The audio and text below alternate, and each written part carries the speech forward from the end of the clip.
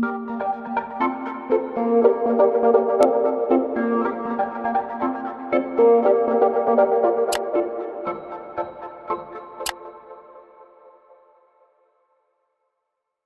umaga mga ka-tortoise.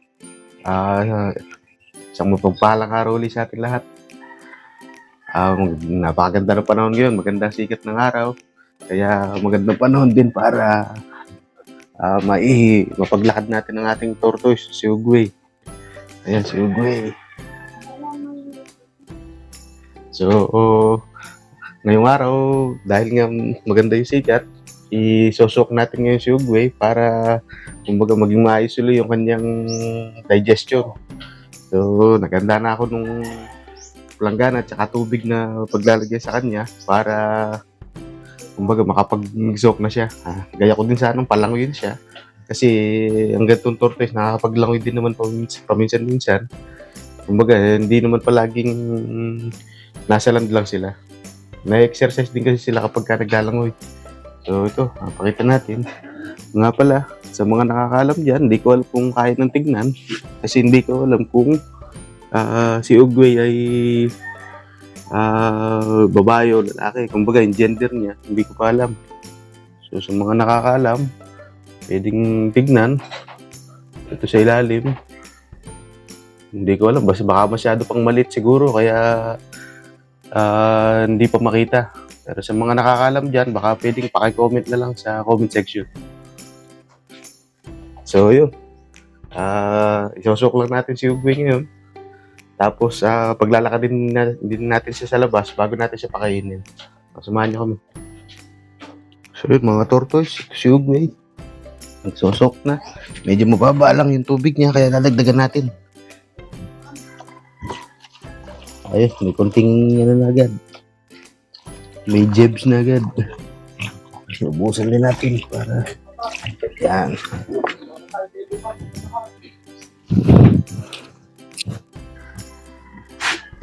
Yan.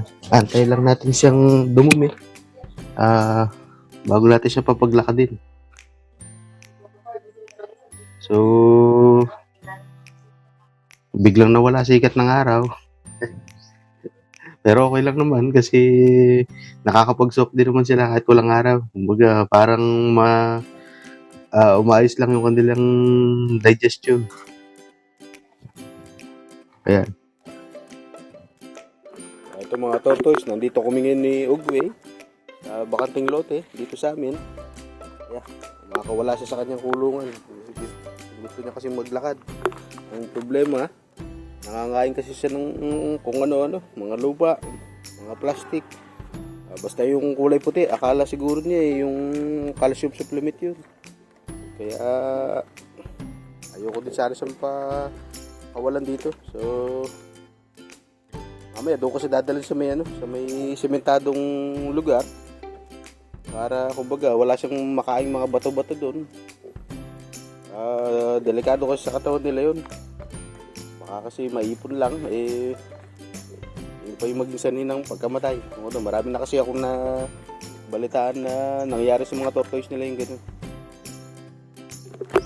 Kasi Ugwe, mga ka-tortoise, ito ko na pinaglakad. Simentado na naman yan kaya wala na siyang makakain mga kuno-ulo dyan. Kung dahon ng makakain niya, wala namang problema yun. Huwag lang yung mga bato o kung ano mga nakakalat na kung ano-ano, minsan plastic.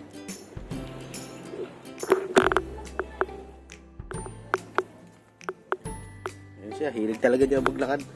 Maganda rin naman sa tortoise talaga yung pinaglalakad. Para kumbaga nai-stretch yung kanilang mga paa, yung mga buto, para mabilis siyang lumaki. Nakakatulong sa kanila yun. Ang problema lang, sa ganitong kaliit na tortoise, madalas mawala. Kailangan pa silang hanapin para lang kumbaga maibalik sila sa kulungan. Kaya madalas, pinapalakad ko na lang siya doon sa loob ng bahay namin para kumbaga hindi sila mahirap hanapin. Magandang hapon hapon mga ka-tortoise. Ito, napaglakad ko na si Ugwe doon sa labas. Medyo hapon na rin.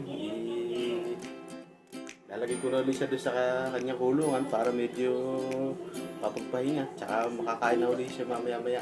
Yung mga pagkain na naman nakahanda doon sa kanyang kulungan. So, kaya, tignan niyo si Ugwe. Gaya nung tanong ko kanina kung anong kanyang gender, baka na may nakakaalam. Ayun yung kanyang paa. Medyo